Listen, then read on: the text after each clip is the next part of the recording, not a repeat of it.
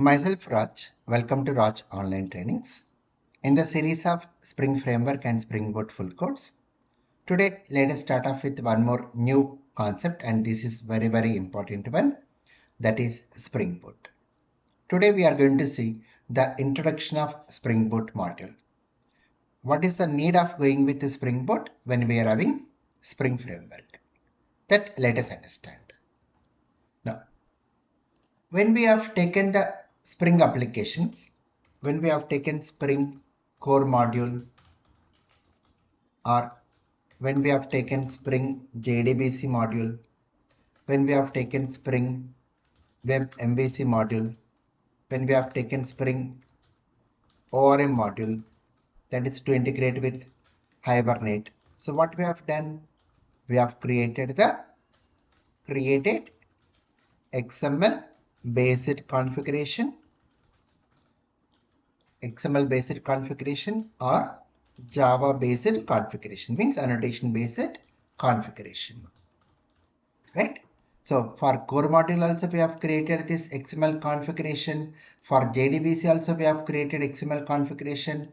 For Spring Web MVC also we have created XML configuration. Like we have updated dispatcher servlet in web.xml file, and we have created Spring Bin XML configuration file.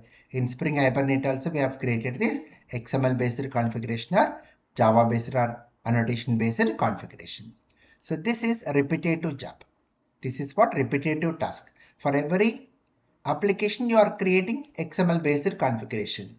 So this we call it as boilerplate code. So in order to avoid this, in order to minimize this boilerplate code, we are going to make use of what? Spring Boot. So what is this Spring Boot is like? It is a Spring module. This is also a Spring module. It is on top of Spring only. It is a Spring module which provides rapid application development. Which provides what? Rapid application development feature to Spring Framework. Whatever the Spring applications we have developed, that same applications we can develop using Spring Boot rapidly.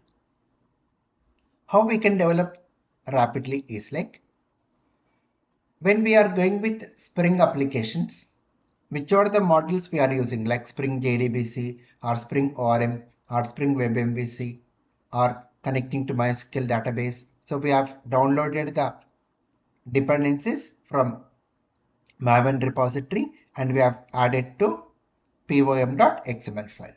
That is not required here. So what it is going to do? Automatically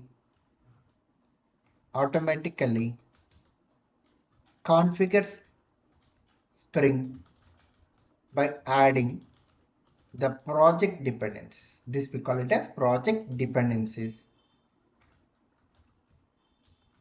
In project dependencies, even we call it as Spring starters. We even call them as what? Spring starters in pom.xml file.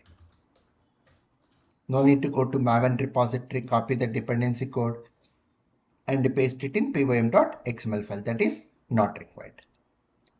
Then one more advantage is it avoids writing XML configurations and or annotation based configurations. It is used for what? To avoid writing XML based configuration or annotation based configurations. This is the main feature of going with Spring Boot. In this way, it minimizes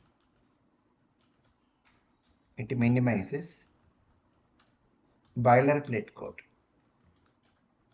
So to avoid the boilerplate code, the repetitive task we can minimize by using this Spring Boot. It minimizes boilerplate code. And one more advantage of going with Spring Boot is, when we are developing web applications, we require a web server. And in our case, we are using Tomcat server. So what we need to do? We need to download Tomcat server, configure the Tomcat server in Eclipse workspace, then only we can start using Tomcat server. And the advantage of Spring Boot is this is not required at all because it comes with embedded Tomcat server. It comes with what? It comes with embedded Tomcat server. So no need to download Tomcat server, no need to configure in our IDEs when we are going with Spring Boot applications because it comes with embedded Tomcat server.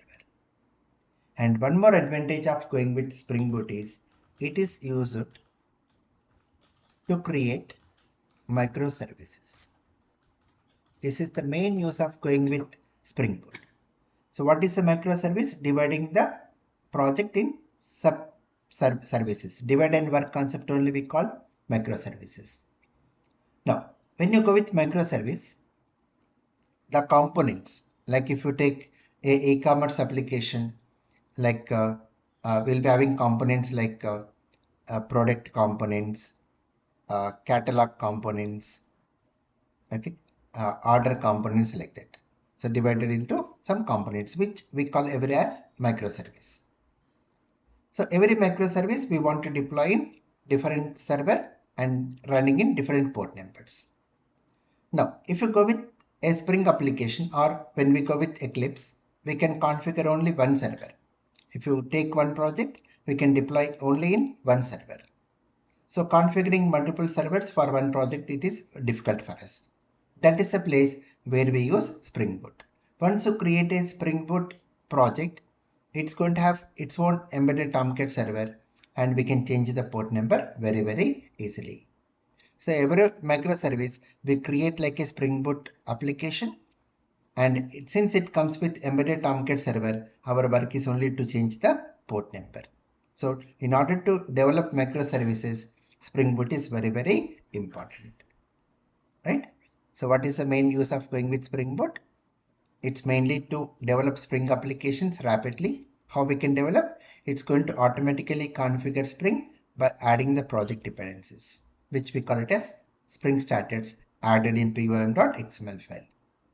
And it is used to avoid writing XML configurations or annotation based configurations. It's going to minimize the boilerplate codes. And very important one, it comes with embedded Tomcat server and it's mainly used to create microservices, right?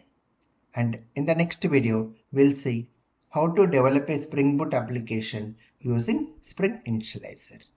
We'll understand what is the need of going with Spring Initializer and how to develop a Spring Boot application using Spring Initializer. That we'll be seeing in the next video. Please subscribe, like and share. Thank you.